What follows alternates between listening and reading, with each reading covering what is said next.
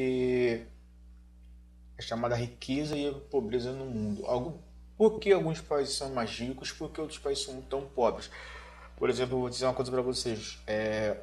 Eu estava vendo a questão da pandemia, né, a questão do coronavírus, e possivelmente assim, os países que serão mais, além do que nós já vimos por aí, países do mundo que de grande porte, Estados Unidos, China, Japão, Itália, Espanha, países que poderão sofrer com essa pandemia serão os países mais pobres, os países da África. Então, assim, há uma grande preocupação. Mas o problema é que, sim, riqueza e pobreza, porque alguns têm muito e outros têm pouco. Então, assim, desde que o mundo é mundo, vamos dizer o seguinte, nós tivemos assim a evolução dos países. Os países se evoluíram muito rápido. Houve uma evolução muito rápida dos países. Então sempre houve essa concepção de país pobre, país rico, país pobre, país rico, país pobre, país rico. Então, primeiro nós temos aí uma divisão assim de primeiro, segundo, terceiro mundo, países da Europa, países não da Europa. Então, países do velho mundo, para quem não sabe, países da Europa. Então, o mundo hoje ele tem uma concepção chamada de dois. Assim, nós temos a figura aqui do Trump, né, que ele relata muito bem a figura do poderio, ou seja, os Estados Unidos hoje é um país rico.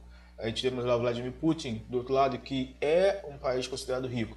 Mas hoje a concepção global que nós devemos entender nesse encontro de hoje, de frente, de cara com o Fábio, de frente com o Fábio, são o que? Países desenvolvidos e países subdesenvolvidos. O que são países desenvolvidos e o que são países subdesenvolvidos? Se eu perguntasse para vocês, se tivesse uma prova falando sobre isso, será que vocês conseguiriam entender?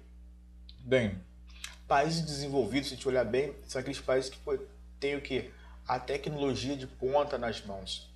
E os países subdesenvolvidos são aqueles que dependem exatamente desse dos países desenvolvidos. Ou seja, quando eu falo países desenvolvidos, eu posso falar que são países ricos. E temos os países subdesenvolvidos, que são os países pobres. Ou seja, um depende do outro. É aquela coisa. O país rico vai depender do país pobre. Né? O país pobre vai depender do país rico. Então, assim que começa aquela coisa. O país rico, ou desenvolvido, ele vai ter a tecnologia, ele vai ter a informação. Ou seja, tudo isso entrelaçado, ele tem uma melhoria de vida. Ou seja, como eu falei para você anteriormente, algumas semanas atrás, a questão do IDH, a questão da taxa de analfabetismo, a taxa de pobreza, ou seja, vários fatores interferem nisso. Do outro lado, os países subdesenvolvidos, eles apresentam dados muito baixos, ou seja, temos países subdesenvolvidos abaixo da linha de miséria. Então vamos entender o seguinte, países subdesenvolvidos, nós temos vários por aí. O Brasil poderia ser considerado um subdesenvolvido? Sim. Mas vamos ver uma lista de países desenvolvidos. O que são esses países desenvolvidos? Temos aí desenvolvidos, nós podemos contar na palma do dedo. Estados Unidos, Alemanha, Japão, Inglaterra, Espanha. Mas hoje nós temos aí uma concepção global seguinte. Os países subdesenvolvidos são aqueles que têm sérios problemas. Por exemplo, podemos dizer que o Brasil é considerado subdesenvolvido, a Argentina, México, entre outros países são considerados subdesenvolvidos. Mas hoje aparece uma linguagem de os países chamado emergente. Ele não é rico e não são pobres, ou seja, aquele xizinho que está aqui, ó, entre desenvolvidos e subdesenvolvidos, ele está bem ali, cara, ali. E quem são esses países hoje? Hoje nós temos um grupo chamado de BRICS. Bem, o que são os BRICS? São os países emergentes, países que têm a proximidade de ter uma indústria forte. E aí o nome BRICS, você vai ver na sua apostila lá, também assim, ó, é o Brasil, a Rússia, a Índia, a China e a África do Sul.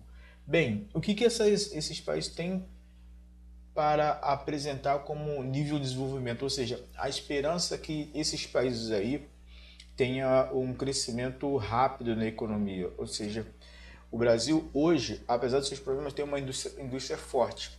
Como uma indústria forte? O Brasil tem uma forte indústria extrativista, ou seja, a indústria do petróleo do Brasil é forte, a indústria automobilística do Brasil é forte, a agricultura, agrotech, agropop, tudo é bastante forte.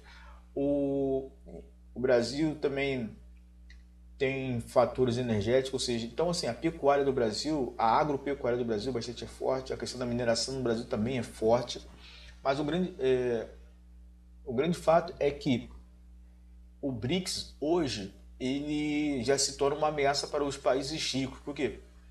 Você pega um grupo de países que tem ponte de chave, ou seja, você tem a China aí, a China hoje é a segunda potência econômica mundial. Como é que é isso? Então ela é considerada emergente? Ainda é. Mas vejamos, voltando aquela releitura. A Rússia tem uma indústria forte de gás natural, ou seja, o petróleo da Rússia é forte, além da questão da hegemonia militar da Rússia, é um país bastante que não tem muito a oferecer questões econômicas diversas que nem o Brasil. O Brasil tem uma variante de produtos, mas a Rússia é um país. A Índia hoje, eu posso dizer que a Índia ela está crescendo tecnologicamente. A Índia há planos que a Índia pode superar a China em 2050. Isso são projeções. A China, nem preciso dizer, a China hoje é a segunda potência econômica mundial. Como é que a China consegue isso? A China tem uma coisa que é legal, eu vou explicar uma coisa para vocês. A China conseguiu essa projeção, sabe como?